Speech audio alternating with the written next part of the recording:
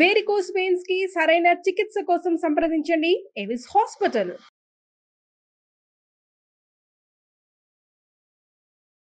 నమస్కారం శంకరి గారు. నమస్తే సరే. సో మేడం, ప్రతి ఒక్కరికి కూడా అవసరమైంది మనీ అని చెప్తాను. ఇప్పుడున్న ప్రజెంట్ సిచ్యువేషన్లో ఫ్యామిలీలో ఇద్దరు పనిచేస్తున్నా కూడా ఇంకా డబ్బు మాకు సరిపోవట్లేదు, చాలా అవసరాలు ఉన్నాయి, పెరిగిపోతున్నాయి ఖర్చులు అనుకునే వాళ్ళే ఎక్కువగా ఉన్నారు.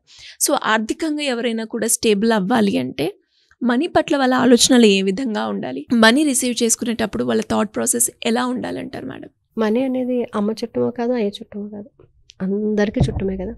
అందరికీ నీడ్, చిన్న పెద్ద పిల్ల అంటే ఎవరి తాహతకి తగ్గినట్టుగా వాళ్ళకి అవసరం ఉంటుంది డబ్బు. అవును. ఒక చిన్న పిల్లోడు ఉన్నాడండి, చాక్లెట్ కొనుక్కోవాలంటే డబ్బులు కావాలి. పెద్దవాళ్ళు ఉన్నారండి, ఒక డ్రెస్ కొనుక్కోవాలంటే డబ్బులు కావాలి, ఒక ప్లాట్ కొనుక్కోవాలంటే డబ్బులు కావాలి. ప్రతి ఒక్కరికి నీడ్. పొద్దున్న లేచిన నుంచి రాత్రి పడుకునే వరకు కూడా మనము ఆలోచించేది కూడా డబ్బుని ఎలా సంపాదించాలి అనేది. కానీ డబ్బుని ఎలా సంపాదించాలి అని ఆలోచిస్తున్నారు, కానీ మన దగ్గరకు వచ్చే డబ్బుని ఎలా రిసీవ్ చేసుకోవాలి, దాన్ని ఎలా జాగ్రత్త పరచాలి, అసలు దాని గురించి మనం ఏమనుకోవాలి.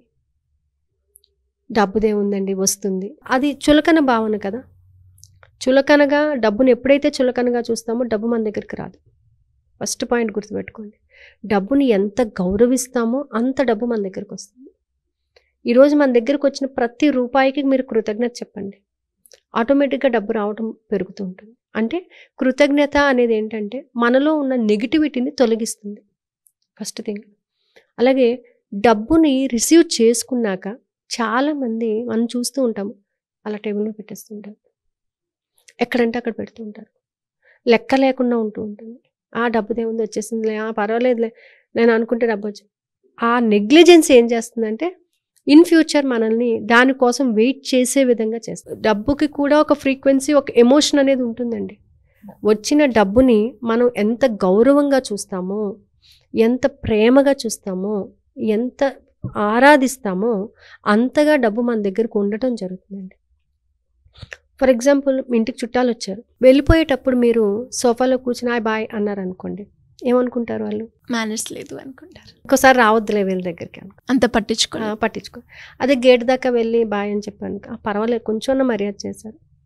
బస్ స్టాప్ వరకు వెళ్ళి మీరు మర్యాద చేశారనుకో, పాపం వాళ్ళు ఎక్కడి వరకు వచ్చి నన్ను ఎంతో రెస్పెక్ట్ ఇచ్చారు, నాకు ఇంకొకసారి రావాలి అనే. అంటే ఒక వ్యక్తికి ఆ ఇది ఉన్నప్పుడు మన జీవితాన్ని నడిపిస్తున్న డబ్బుకి ఇంకెంత ఉంటుంది. ప్రతి రూపాయిని ఒక 100 రూపాయలు, 1 రూపాయి తగ్గినా 100 అనం మనం అక్కడ, 99 అని అంటాం కదా. అంటే దానికి ఎంత వాల్యూ ఇస్తున్నామో ఆ వాల్యూని మనం ఎక్స్ప్రెస్ చేయగలగాలి, ఆ వాల్యూని మనం చూపించగలగాలి మనం చక్కగానే. ఈరోజు నా దగ్గర ఉన్న డబ్బుకి కృతజ్ఞత. నేను ప్రతినిత్యము డబ్బును పొందుతున్నాను, డబ్బును పొందే అవకాశాలను పొందుతున్నాను, ఆ అవకాశాల ద్వారా డబ్బును, మర్యాదను కూడా పొందుతున్నాను. ఏదో ఒక సోర్సెస్, అంటే మీకున్నటువంటి పరిధిలో మీరు కొన్ని సోర్సెస్ని క్రియేట్ చేసుకోగలుగుతున్నారు. ఆ సోర్సెస్ నాకు ఇచ్చినందుకు విశ్వానికి కృతజ్ఞత అని మీరు చెప్పినప్పుడు ఖచ్చితంగా సోర్స్ అనేది క్రియేట్ అవుతుంది. అంతే తప్ప డబ్బుదే ఉందండి వస్తుంది, ఎలా వస్తుంది? ఎవరినైనా అడిగిన వాళ్ళకి నువ్వు మళ్ళీ రిటర్న్ ఇవ్వాలి కదా డబ్బు. మరి అది నీది ఎలా అవుతుంది? వాళ్ళది. అది అడిగి తీసుకుంటున్నావు నువ్వు. కానీ డబ్బు విషయంలోని నువ్వు ఎప్పుడూ కూడా ఉన్నతంగా ఆలోచించడం మొదలుపెట్టు. నేను ఎప్పుడూ కూడా ఆర్థిక స్వేచ్ఛను కలిగి ఉన్నాను, డబ్బుతో సంతోషంగా గడుపుతున్నాను, డబ్బును ప్రేమిస్తున్నాను, డబ్బును ఆరాధిస్తున్నాను, డబ్బును గౌరవిస్తున్నాను, డబ్బును ప్రేమగా చూసుకుంటున్నాను. మీ దగ్గర 10 రూపాయలు ఉందా? 10 రూపాయలు ప్రేమతో మాట్లాడండి, 10 100 అవుతుంది. 100 రూపాయలు ప్రేమతో మాట్లాడి 100 1000 అవ్వచ్చు, చెప్పలేం మనం. అందుకని ఏంటంటే డబ్బు విషయంలో, ఎస్పెషల్లీ మెయిన్గా డబ్బు విషయంలో మనం ఎంత ఎమోషన్స్ని ఎక్స్ప్రెస్ చేస్తామో, లవ్ అండ్ ఎఫెక్షన్తో దాన్ని రిసీవ్ చేసుకుంటామో, కృతజ్ఞతాభావంతో ఉంటాము, క్షమాగుణంతో ఉంటాము, క్షమాపణ అడుగుతూ ఉంటాము, డబ్బు మన దగ్గరకు రావటం అనేది జరుగుతుంది. నాకేముందండి, డబ్బు చాలా ఉంది, ఈరోజు ఉంటుంది. నీ అహంకారం వల్ల డబ్బు అనేది నీకు దూరం అవుతుంది. కాబట్టి ఎంతవరకు నువ్వు పొందుతున్నావో, ఎంతవరకు నువ్వు సేవ చేస్తున్నావో, ఎంతవరకు సేవ్ చేస్తున్నావో అన్నీ కూడా నీకు లెక్క. ఎక్కడ నీకు వచ్చిందంటే నువ్వు కొంత సేవింగ్ చేసుకో, నువ్వు కొంత డబ్బుని దాన ధర్మాలు చెయ్యి, ఇతరులకు ఇవ్వు. ఇదంతా నీ కష్టార్జితం కాదు, విశ్వం ఇచ్చింది నీకు.